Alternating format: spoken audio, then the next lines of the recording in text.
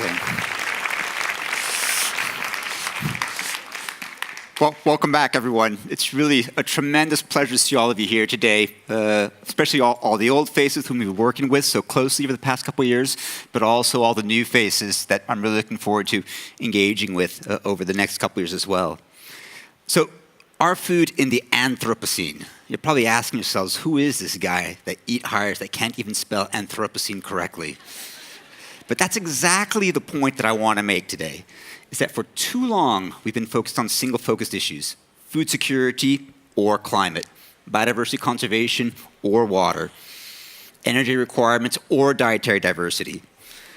And so the truth of the matter is that as we enter in this age of the Anthropocene that Johan and Sanja reminded us about today, this era where human influence on environment is so great and so accelerated that has a permanent imprint on geological record, we've also entered into the era of the Anthropocene. I think when we look back at the planetary boundaries concept, what do we see? We see this clear definition of the global tachometer. Take your foot off the tachometer, bring us into this low-risk space. And this low-risk space is defined by climate and water, and biodiversity, and fresh water, and nitrogen, and phosphorus. It's not an or situation. This is the safe operating space that we have to work in. Kate Radworth from Oxfam reminded us that there's not just an outer environmental limit, but there's also a very important social foundation, and that the safe space we're looking for is really the safe and just space. That space where we raise social foundations within environmental limits. We talk a lot about this as limits, and people get concerned about limits. And what we found really successful, particularly in engagement with the private sector, is that this is the innovation space. Yes, there are limits, but this is where innovation needs to happen, and this is where success will also happen. So looking back over the past 5 years, we can say with confidence that we now really understand what the problem is. It's urgent time to take action, and that's why this year at the Eat Food Forum, we're urging you to have the difficult conversation, ask the hard questions, and be honest with each other. What are the solutions that we have? What are the solutions that we need? And what are the solutions that allow us to tackle biodiversity and food, productivity and prosperity, climate and water? There's no more time to procrastinate on these issues. We can't afford to say, we'll take care of climate and then food security will come later. Or food security and then we'll deal with climate. Or biodiversity. We need to tackle these issues now. These are the 2 degrees of food that Peter Bacher called for several years ago. This is our food system moonshot. We all know what we need to do, and it really is these solutions that tackle both food as environmental health and food as human health. Identifying these solutions is not going to be easy. There's some really tricky questions. Harvard biologist E.O. Wilson reminds us that if we're serious about biodiversity, we need to set aside 50% of land and oceans in order to protect 85% of biodiversity. That's still giving up on 15% of biodiversity globally. He argues that our current biodiversity goals are both unclear, uninspiring, and unambitious. But it's not a question about whether this half is the Brazilian half or the Sumatran half. You can't trade biodiversity like carbon. It's not orangutans or gorillas or llamas or reindeers. It's and. More importantly, however, particularly for biodiversity, is recognizing that just like our microbiome is critical in driving our own metabolism, that ecosystems, our collective macrobiome, is the primary driver of planetary metabolism.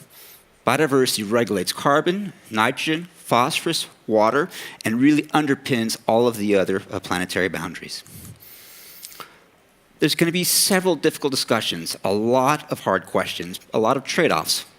But it's only by recognizing and embracing these challenges that we're going to make any sort of progress. Collective progress on discovering and developing solutions, but also recognizing the danger of silver bullet solutions, silver bullets thinking. There will be no silver bullets. There will be no monopoly on solution. But in reality, there's an infinite number of solutions, many of which are being showcased here, discussed here, or I hope even imagined here over the next 3 days. Progress is going to require new ways of thinking. And not just for business, but also for science and policy. I remember a lecture that Jeff Sachs gave a group of scientists a couple of years ago, and it wasn't the kind of academic lecture on the podium to the lecture hall. It was really a parental lecture, where he was asking the scientific community, your method of working, in your rooms, developing your papers, publishing the peer-reviewed science, and hoping that this research is going to be taken up by policy, private sector impact change, is that method fit for purpose in order to reach the ambitions and the urgencies of the Paris Agreement or Sustainable Development Goals? And rather urging us, as a scientific community, to seek ways by which we can integrate, iterate, and embed our work with civil society, business, in order to accelerate progress towards Sustainable Development Goals. Looking back over the past couple of years, I'm really pleased to say that I see signs of progress here. Just last week in Vienna, 20 countries making part of the FABLE country network, FABLE is food, agriculture, biodiversity, land, and energy, met together and began an ambitious project to develop national pathways towards healthy and sustainable food and land use systems. They're now going to start a Senathon, while simultaneously, iteratively, they're going to feed these national pathways into a global model, which will allow them then to feed right back and understand whether the sum of the collective actions of these countries allow us to reach global targets. This is step one in synchronizing, coordinating national pathways that allow us to achieve global goals. There's no doubt that this process is going to unearth some really difficult questions and significant debates regarding the use of forest for food, climate, biodiversity. But without that debate and without these plans, there's no way we make it to 2050. With FRESH, we've similarly brought together science, academia, civil society, and the private sector together to focus on solutions. It's abundantly clear that if we're going to increase consumption of fresh fruits, nuts, vegetables, and whole grains, that innovations in food packaging and processing are going to be necessary. New food formulations, innovation in packaging and packaging types, sizes, are all required to solve this challenge, while recognizing the growing concerns of limited land space and plastics, and also being very strict about the need for dietary quality within those packaged foods. Similarly, when we look at proteins, we recognize that we need to have significant reduction in animal protein consumption in Western diets, and this is our single biggest lever in terms of achieving both environmental health and human health.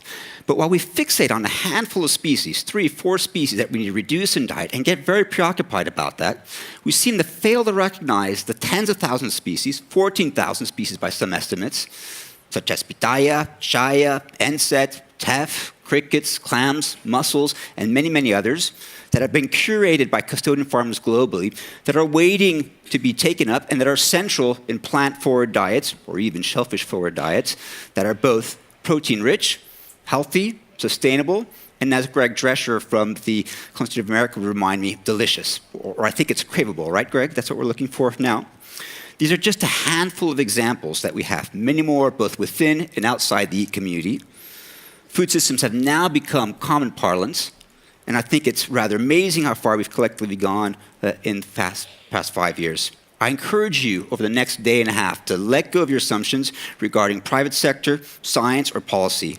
Engage yourselves in the challenging conversations, push each other, articulate specifics of why we're not moving faster together, and ask each of us to be honest about how our own disciplinary limitations and how can science become more relevant, how can the private sector become more proactive and trusted, and how can policies become more responsive to the needs of the global community.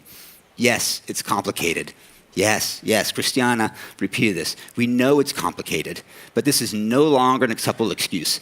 All of you here have used a map like this to get from point A to point B. All you Londoners, you recognize this map. You can do it. We can do it. What we need for food is to be comfortable in navigating the same map, because we know that food can fix it, food must fix it, and food will fix it. And that what we need now is for people and planet and health all together now. So enjoy the next 2.5 days. Looking forward to working with many of you.